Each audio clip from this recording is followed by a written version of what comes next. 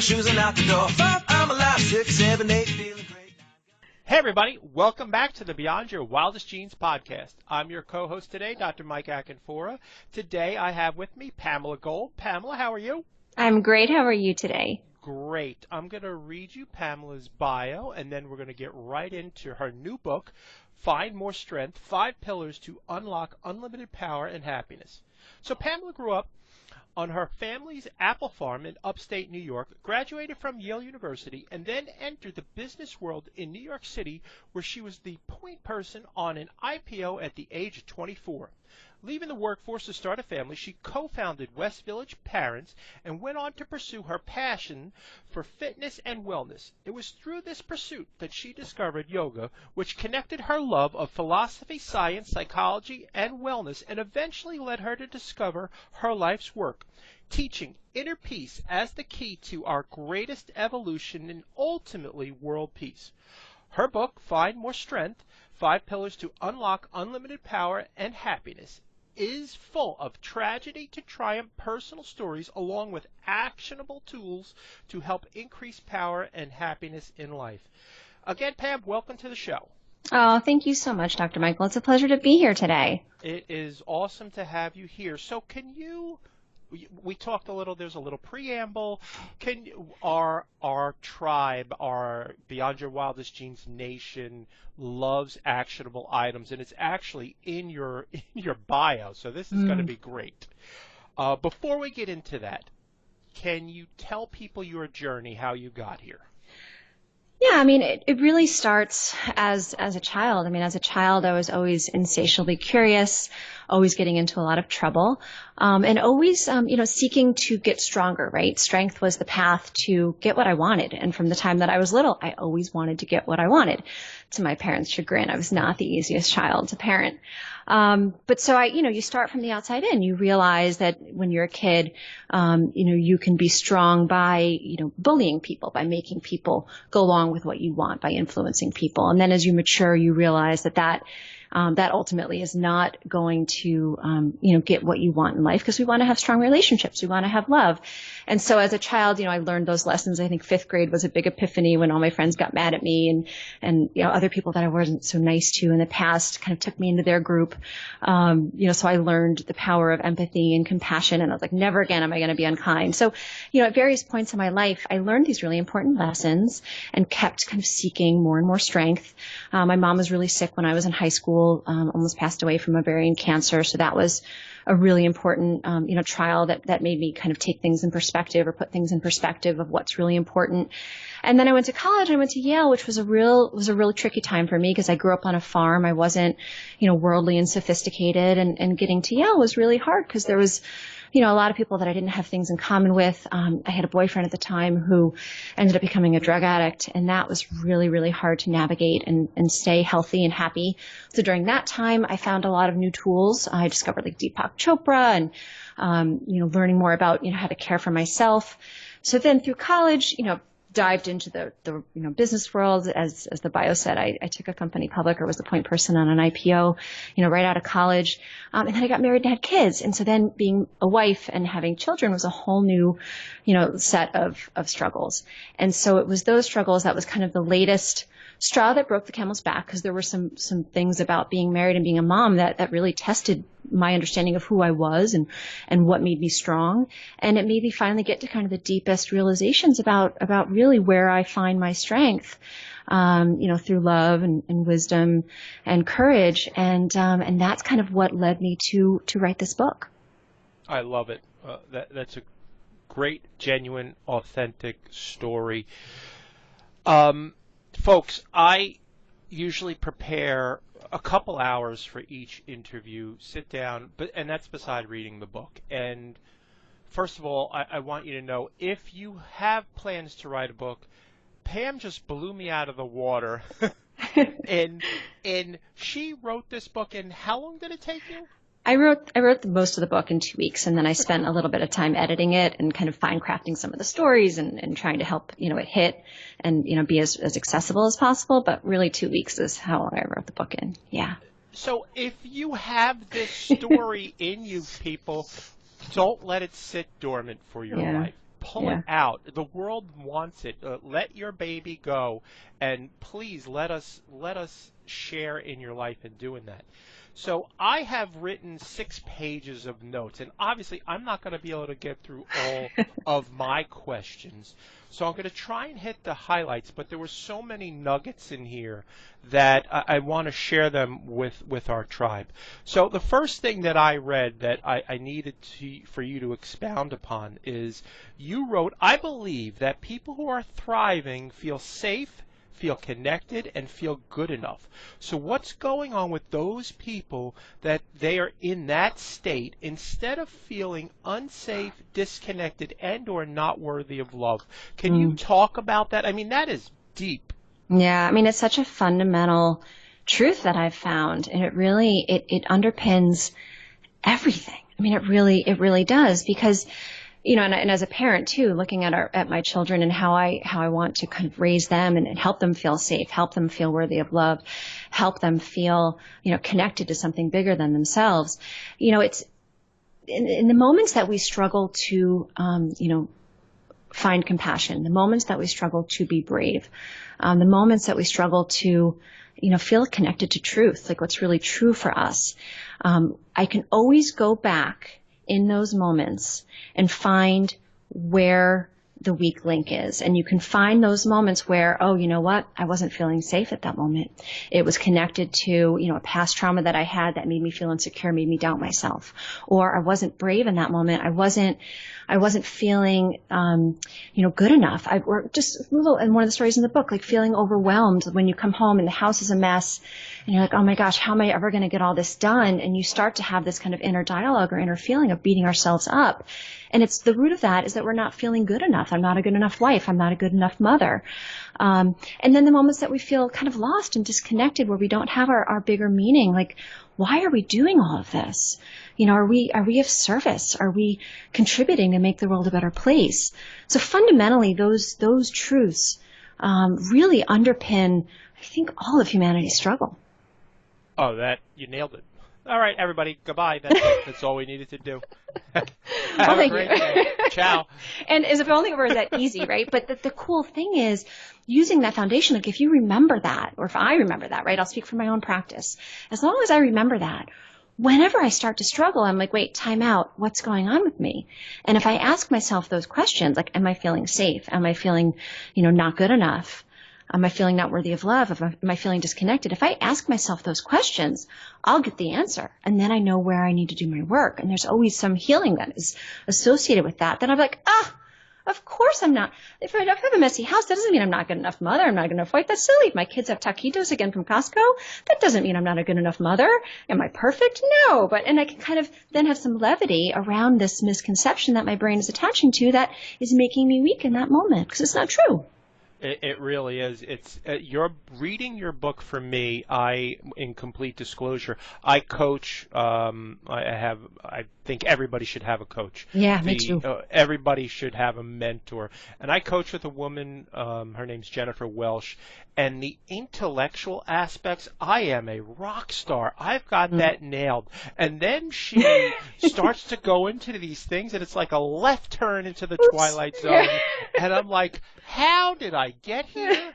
And I don't really, and she's laughing. Oh, the humanity. Yes, she's laughing because we're talking about that thing that guys love to talk about, their emotions. And I'm like, what does something I have to do when I was 5 years old have to do with now? And powerful, right? Yeah, I'm reading the book. I'm like, I think she's punking me. I really think Pam is one of my childhood friends, and she she went to St. Andrews, but it is, you nailed it. This stuff is universal, right? And that's why it's so really powerful, because all of us were little kids. We all struggled with feeling good enough. We all struggled with feeling safe. We all struggled with feeling disconnected. So it's universal, and it's powerful to realize that, and then be like, oh yeah, because we all have it in common. Yeah. So we can connect on that level for sure. Absolutely. So talk to me, the other thing that you wrote about is the spiritual practice game plan. Talk to me about that, and let's look at that. Yeah, so when I had the inspiration to write this book, the way that it ended up kind of coming out of me is organized in these 5 pillars of practice. And the reason why I kind of organized it this way, or I felt like, our society, we understand getting physically strong. Like we understand going to the gym and working out and building our physical strength, and practice makes progress, right? Or purposeful practice makes progress. And we understand the same thing about mental strength, that, if you study, if you, do different games and practices, your mental capacity, your mental strength also will progress. And so I realized that the same could be said and explained and organized for our inner strength, our spiritual strength. And the 5 pillars, basically I was able to organize this really kind of concise areas of practice to really foundationally build our inner strength. And so that's the spiritual game plan. And those 5 pillars are gratitude, compassion, courage, surrender, and openness and curiosity.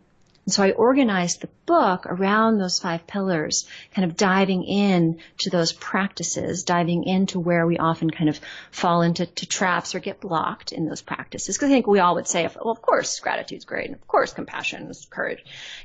I think that on the surface, we'd all agree that those are virtues, hopefully. But then in the day-to-day practice, it's hard, right? And sometimes it's easier to be grateful, and then other times it's harder to be grateful.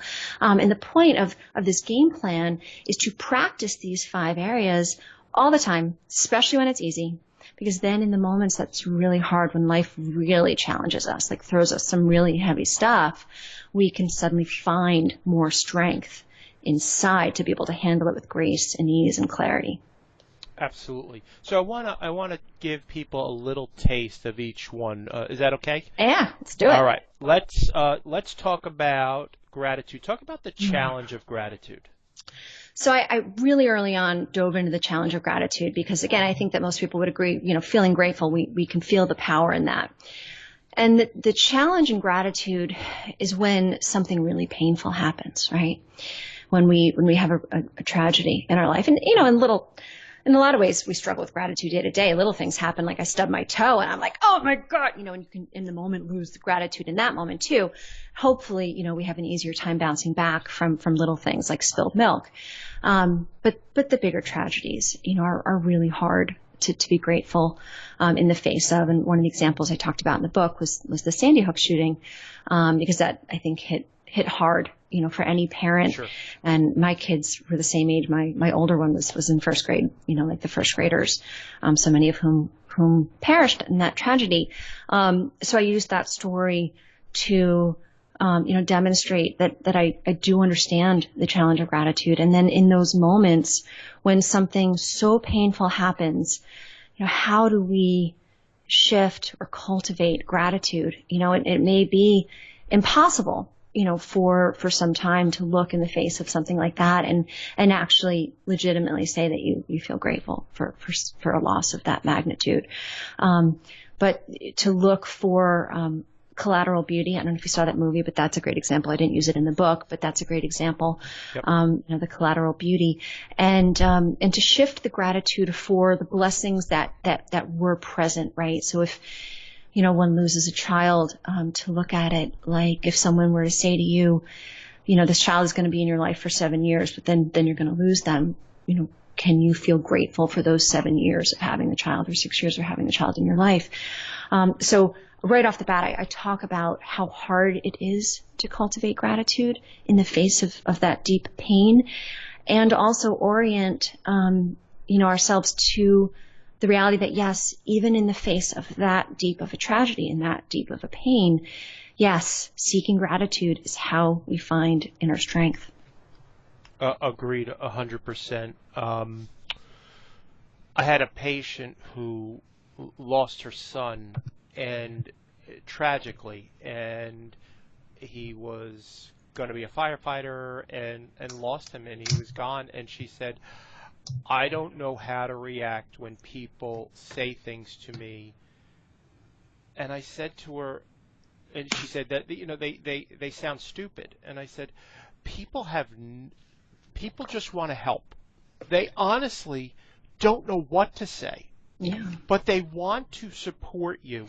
You are a good person. Your son was a great guy, and they just want to support you. They want you to know that they are there for you, but nothing anybody says is going to be the right thing. No, and just to Yeah. not to cut you off, but just to Yeah. share, in those moments, an actionable item, to share with your tribe when you have someone in your life who is really facing that level of grief.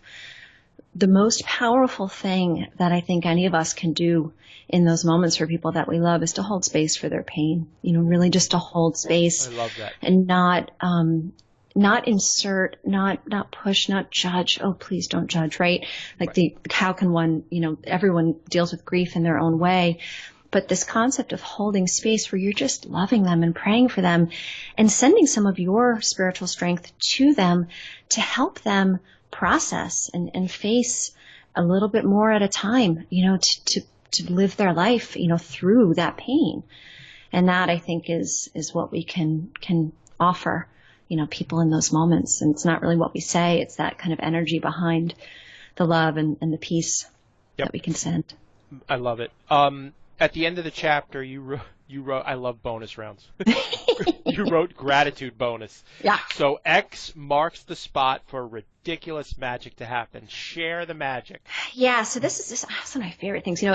This doesn't have to do with inner strength as much because this has to do with abundance, which I love. That's what pops up on the screen when you pinged me. It was abundance. I love that.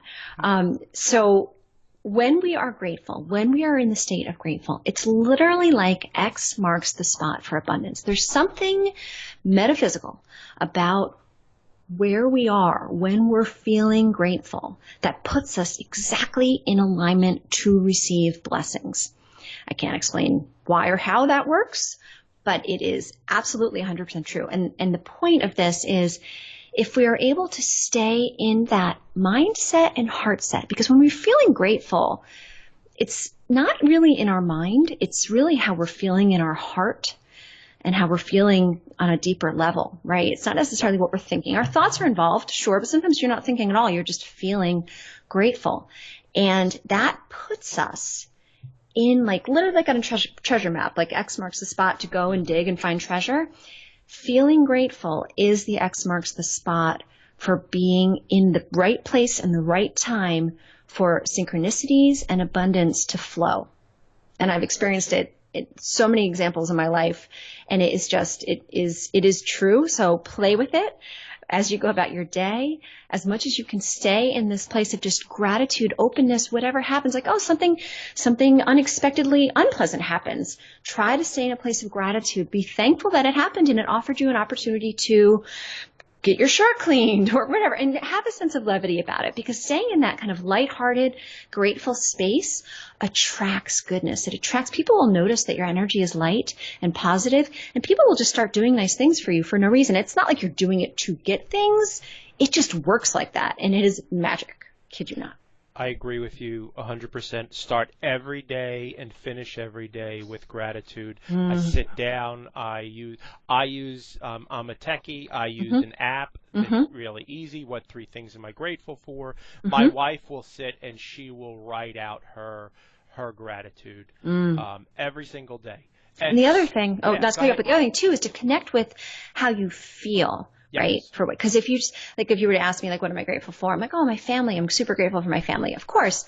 Yep. But if I don't feel what it feels like to have them, it's like that feeling, the connecting with the feeling. Because again, it's not in your mind. You can think about what you're grateful for, but you don't really feel it.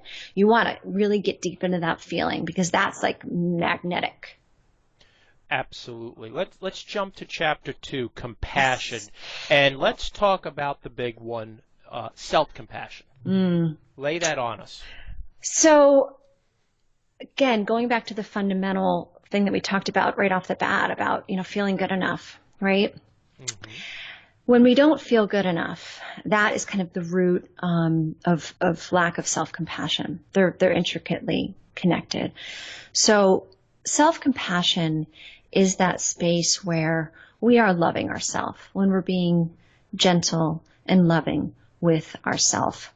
And unfortunately, through most of our childhoods, we were not conditioned to be that way. Our parents were very well-meaning with their high standards, hopefully. Depending, we all have different parents, so I'll speak for myself. I had very wonderful parents, loving, very high standards. And there were times when I didn't meet the high standards when it wasn't so warm, right? It was like, you're not, and in their mind, they were motivating me to do better, and they were, and it was great. But what happens when we're kids is that we kind of get wired to not necessarily be as kind and gentle and forgiving with ourselves. And what happens when we are wired like that is kind of we shut off that inward flow of life, right? It's like, to me, life and love are kind of intricately, and compassion are kind of intricately connected. So when it comes to self-compassion, that loving oneself, being kind with oneself, catching the limiting beliefs that we have around our goodness, around what we're able to make possible. And at the end of the day, it's really our beliefs that will block us or will empower us. So really catching what conscious beliefs, and then catching the subconscious beliefs that we can feel. Like sometimes I won't even have conscious thoughts about anything, but I'll feel shame or guilt kind of pop up. Right. And when we're in a state of shame, we are not being compassionate with ourselves. We're feeling unworthy of love. To quote, I think, Brené Brown, that's like how she defines shame, one of my favorites. Yes. So the actionable, work that I look for in self-compassion is really catching myself with any time that I'm not being kind to myself, or when I'm having limiting beliefs around, how good I am, whether I'm good enough, whether I'm worthy of love. Fantastic. I just want to touch one more thing for folks. What you wrote, I thought, was so prophetic for self-compassion. And I just need to go through this real quick. Sure. Whenever we send negative thoughts or feelings to ourself, we're blocking the flow of compassion, both outward and inward. We are literally cutting ourselves off from this infinite flow of energy, and we will be weak. Figuring out how to master self-compassion is essential for finding more strength. We need to believe in ourselves. That's it in a nutshell. That was fantastic. And if only it were easy, right? Like if only oh, nobody said it's easy. If only we were easy. But the cool thing is, like anything, right? You set this goal, you set this intention. You say, okay, I'm going to have this goal to increase my self-compassion. Let's just say, 75%, because nothing's ever going to be perfect, right? You just keep moving towards it. And then you start instituting, ways to hold yourself to it, right? And yes. Catching yourself, have a zero tolerance policy for being unkind to yourself. And when you catch yourself, be kind to yourself that you broke your rule, right? Get angry at yourself that you weren't kind to yourself, right? But then you just keep plowing forward. And, if you have a vision board, put that up on your vision board. Positive affirmations, I talk about that a little bit in the book. It's a really powerful tool to put around, I am good enough. And just have that in the line of sight. So just subconsciously, you're seeing that around. But it's something that, don't give up on cracking the code on this, because it is huge, absolutely huge. Huge. I agree. Let's hit the next pillar, courage. How can we practice and cultivate our courage? So I think for me, talking about skillfully navigating fear, right? Because fear is never going away. Fear is with us, right? It's just evolutionary. We're going to have fear. So, to kind of get to this mindset where, one, don't be afraid of fear. I realized myself I had a fear of fear for a while. I was like, oh man, so I should crack that. But so you want to respect your fear, right? Because your fear is always there to tell you something. So you want to respect your fear. So, and then skillfully navigate it, which means if there's not a lion coming at you, right? If there's not an actual physical threat that's coming at you, you want to get as close as possible to what it is that you fear, so you can really get as much information about it. So if you start to fear something that you kind of perceive as a threat, you want to get as close to it and really look at it as closely as possible and figure out what's going on. Where is this coming from? Where is this fear coming from? Is it something that you do need to move away from? Is it something that actually isn't real, that is tied to a past trauma, that then it's an opportunity to heal, right? So it's being as skillful as possible in navigating whenever we feel fear. And it's tricky because our whole body is set up with this beautiful fight or flight reflex, which when we're in a fight or flight, we've got this kind of lower reptilian brain thing going on that is fast, like lightning fast. And that will happen before you have time to go into skillful mode. So you want to figure out how to override that and get into that higher point of your brain. And again, first thing I usually ask myself now when I feel fear, and I've taught my kids, like, is there an imminent physical threat? And if there is not an imminent physical threat, slow down. Just slow down. Take a breath in, take a breath out, and figure out what's really going on. What's triggering this? Is it something that's real in your current present moment? Or is it something that got triggered from a past trauma? Or is your mind making up something in the future that hasn't even happened yet? And then you say, like, more shall be revealed, because that hasn't even happened yet. So don't worry about problems that you don't even have, right? But that's all about being skillful, is you've got to figure out what's going on with this fear. Is it past, present, or future? So one of the things that you wrote about that I actually used with my daughter's travel soccer team, so it's pretty funny, but I can tell you it works, and Amy Cuddy wrote the book on it. Oh, yeah. But talk about power postures. It's so great. I mean, there's a TED Talk on this. There's the book. It's proven that depending on our body posture, it will change our chemistry, and it will either invigorate us. So if we do a power posture, like the whole, you put your hands behind your head and you lean back, kind of like a CEO in their big, desk chair. Or if you stand up and you outstretch your arms, almost like making yourself bigger, like a bear, that chemically your body gets infused with all the hormones that will invigorate you with confidence. And then there's a whole set of postures that will make you kind of shrink and feel smaller and kind of lower your confidence too. But it's great because it's a total brain hack, where if you know that you're going into something and you really want to cultivate confidence, you can use one of like the Superman postures, right? Mm-hmm. It's like your program that you've got. I'm sure you talk about this. You can really invigorate and kind of brain hack yourself into having more confidence by tapping into those postures. So cool.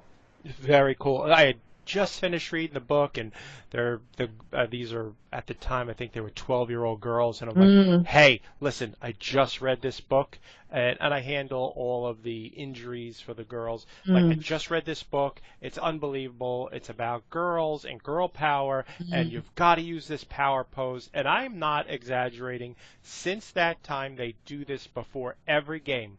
They will stand there in the power pose.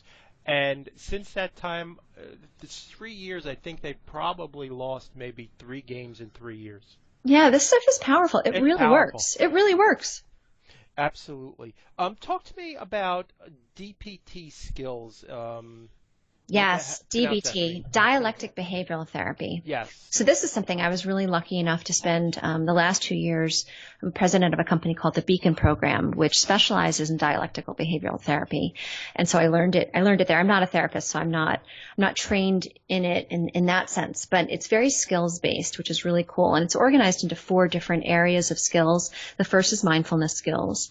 The second is distress tolerance skills. The third is emotional regulation skills. And then the fourth is interpersonal effectiveness skills. And it's a really, really, really effective type of therapy.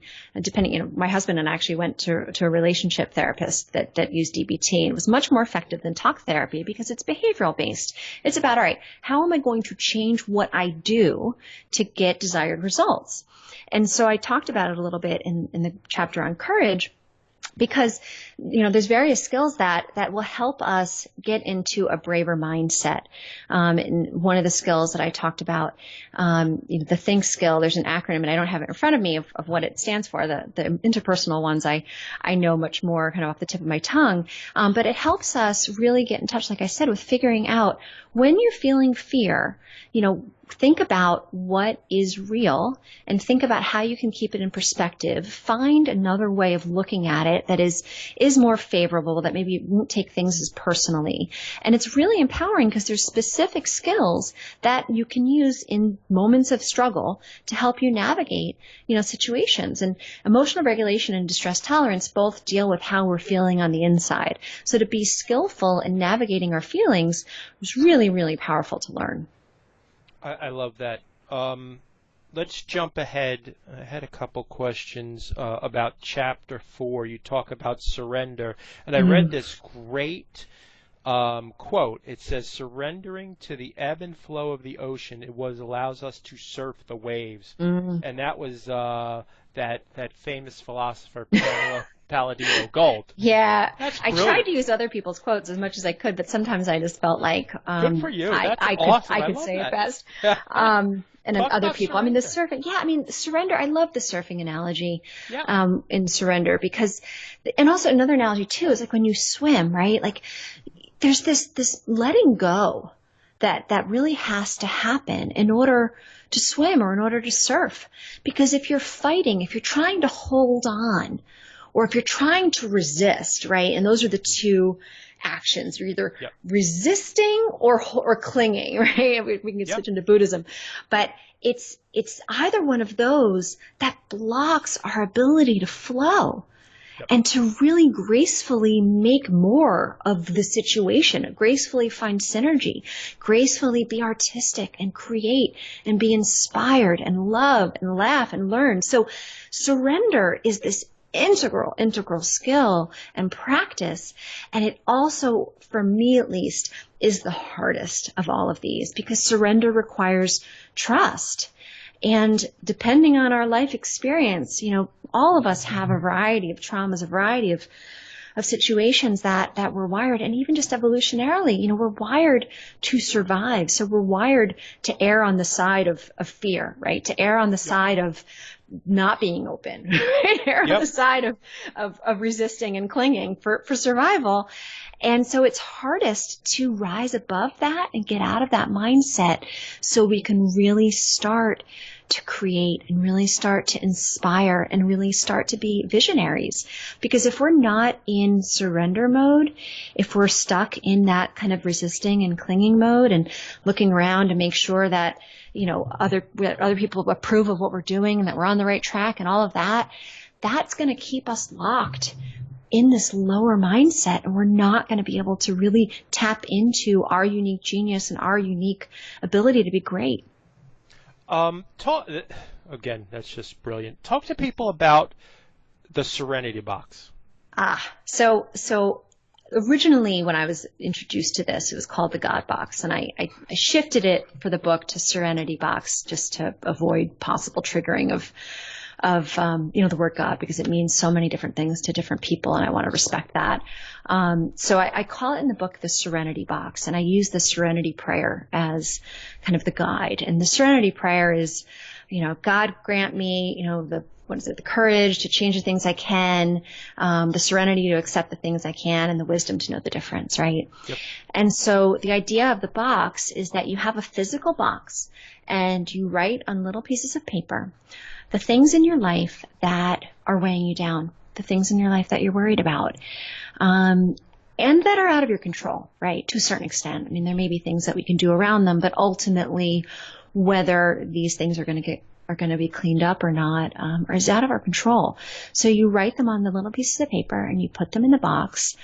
And then you kind of say the Serenity Prayer that, you know, you kind of surrender that these are in the hands of God or in the hands of the flow of the universe, whatever the force of life is that we believe in, that we are. There is this bigger force, and it's taking care of things well outside of the scope of what we as individual human beings can control, right? Yep. And so you're putting it in the box, you're putting the box aside, and once it's in the box, there's no worrying about it. You know, there's no worrying, right? Yeah. You're surrendering Yep. what's out of your control. And then you go back to the box periodically. And it's the coolest thing because it's really validating and powerful because you go back in the box, you know, a month later and you're like, oh, that's been taken care of. That's no longer an issue in my life. Or what, you know, things do naturally work out with time and with love and with grace. Like things naturally work out without us forcing it. There is this flow of life that's happening all around us without us making it so, right? So, so it's powerful, and it's really the physical practice of writing it on the paper, putting it in the box, closing the box, and then putting the box aside really helps us kind of connect with this idea of letting it go. Absolutely. You know, and this is something my wife and I try to instill in our kids. Every problem that there has ever been in the history of man has been solved. It's most times, though, it's just not the way we want it solved. Yeah, the hows. Yeah. Our own expectations get in the way. And we want it now. Well, I have this problem and I want it now. Yeah. And it's just not the way the life works. Yeah. And if we can reconcile that, like you're saying, that's where the magic is in living a full, healthy, well life. Yeah, and getting back to the surfing analogy, the waves come and then the waves go. The waves come and the waves go. And sometimes it's high and sometimes it's low. And having faith in this flow that another wave is going to come, another opportunity to cut and make magic happen as we surf is going to be coming. And if you were a surfer and you miss a wave, if you had a complete meltdown, I missed the wave, I'm never going to get a chance to surf. But then, 3 seconds later, another wave's coming. Obviously, that would be ridiculous. But the way that we perceive our life in such a linear, kind of blinders on often kind of way, it blocks us from seeing this big picture of the flow of things that the sun rises and the sun sets, the waves come and the waves go. And when the wave is low, it's making way, giving an opportunity for another high wave to come. And it's all part of one big, beautiful flow and magical opportunity. So it's hard for kids, especially. And when I was a young person, oh man, did I struggle with this. But it's so liberating to really start to feel that grace and that surrender and not feel the need to push and force and cling my way through life. Absolutely. It's really interesting in talking about surrender. We, unfortunately, where we live down at the Jersey Shore, we had an incident where the police were on the block for a man that was despondent, and my kids are 13 and 14, and they were at the house. My wife was working, I'm up in the office, and literally a police officer came to the door and had a rifle. Ooh. And my son, who's 13, was like, "Hey, what's up, dude?" And my daughter is sitting there saying, "He's got a rifle. It's bigger than me. Oh, my God. What are we going to do? Wait, let's go." And then, So interesting. My son, Jack, turns to her and says, "Dude, chill out. He's got a rifle bigger than you. It's all good. Just relax." She's like, "No, we're going to army crawl out of here. We're going to go out the back door." And he goes, "Just stop, Emma. Just stop. Relax." Interesting. They're natural, kids, we all are just naturally wired a certain way, which is so cool because then it gives parents and everything around us the opportunity to start to bring us back center. But it's so powerful how we have these natural different ways of intrinsically evaluating the same circumstance. It's so cool. It really is. I mean, she was completely flummoxed, and then she had a plan. She was army crawling out the back door. She was on it. Yep. And Jack was like, "I'm going with the dude with the big gun. It's cool. It's all Wherever good. he goes, I'm going with him. It's no big deal. He's got this covered." I think it's so often too that siblings have that kind of yin and yang. Like my daughter and my son are the same in that, all the ways that my daughter was hard, my son is easy, and all the ways that my son is hard, my daughter is easy, and they really complement each other. And I really think that siblings are born like that for a reason. It is really funny. I mean, she'll come out of school and she's crushed. She got a 94. I missed the 95 by 1 point. And Jack comes out and he's got an 84, and he's like, "Dad, 84, awesome, 84, crushed it." Completely different. Okay. All right, there you go. I love it. So the last pillar that we want to talk about is openness and curiosity. Yeah. Talk to the audience and talk to our tribe about the difference between joy and pleasure and how it can be life-changing. Yeah. So this is joy and pleasure. This is it's such a game changer once you start to figure this out. And I put this under the openness and curiosity chapter because to me, this is an opportunity for curiosity to start to look at our own lives and look at where we are finding joy and where we are finding pleasure and start to distinguish between the two. The way that I define pleasure is kind of an external seeking, right? You're seeking pleasure and it's from the outside in. Whereas joy, you're experiencing from the inside out. And us as individuals, we are the only ones that can know which one is. Like, I could very well have a pint of ice cream and be enjoying that ice cream, like from the inside out, enjoying. And if I were enjoying it, I probably would only eat, a very small amount, maybe just like, a half a cup of ice cream. On a given day, it may be that I am seeking pleasure from ice cream and I'm reaching for ice cream for pleasure. And that is kind of this outside in filling of a void, right? Like you're not feeling, I'll speak for myself, I'm not feeling intrinsically connected with my own light and love and goodness. And I am seeking that outside of myself. And ultimately, whenever we are seeking pleasure and engage in something for pleasure, it leaves us lower than where we started. And this could be, surfing the internet. This could be shopping. This could be sex. This could be drugs. This could be drinking. This could be socialization. It could be anything. Literally, I think we can turn anything into a distraction from doing kind of the work that we need to do to be whole that enables us to experience joy from the inside out. And the way that I can tell the difference is by how I'm feeling on the inside. So it's kind of this tuning in process where I really am in my inner space and sensing how high or low my spirits are, and whether I'm feeling kind of whole in the moment and kind of shining joy from the inside out, or if I'm kind of sucking, right? Seeking and taking from the outside in to feel whole, if that makes sense. It makes complete sense. Cool. I love that. I am completely cognizant of your time, Pam. That is the 5 pillars, folks. I literally have 4 more pages of notes. But I'm going to leave the rest of it for you to go and pick up this fantastic book, Find More Strength, 5 Pillars to Unlock Unlimited Power and Happiness. I only covered the first half of the book with Pam today. Pam, where can people find you in the world? Sure. So I have a website, which is goldevolution.com.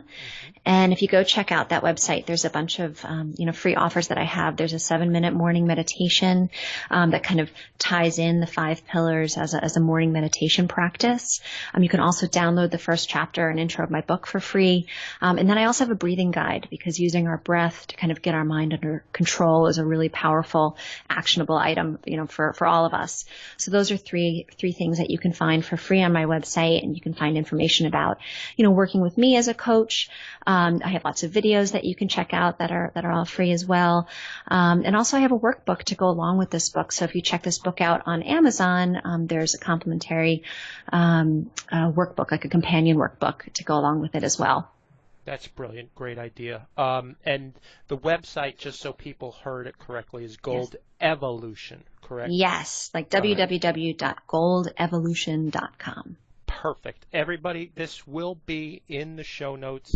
There'll be links to Amazon, links to your bookseller, links to the guide. I really appreciate you being on the show. It was a blast. I loved your book. It's usually when I like a book, I will finish it. When I really like a book, I highlight it, and then when I really, really like a book, it's highlighted and sticky noted and tagged. And you got the triumvirate today. I'm honored. Thank you so much, Dr. Michael. This really was a pleasure. I really, really appreciate you having me on. Thank you. Folks, if you like what you heard today, please go to iTunes and leave us a review. It helps us to help you so that people can find us in getting this information out. As you heard today, Pam has written a phenomenal book. Please go to Amazon or your bookseller or the bookstore. Find More Strength, 5 Pillars to Unlock Unlimited Power and Happiness. I appreciate you being on the show, Pam. Guys, I deeply appreciate you listening. Everybody have a great day. We'll see you soon. Ciao. Thank you. Bye.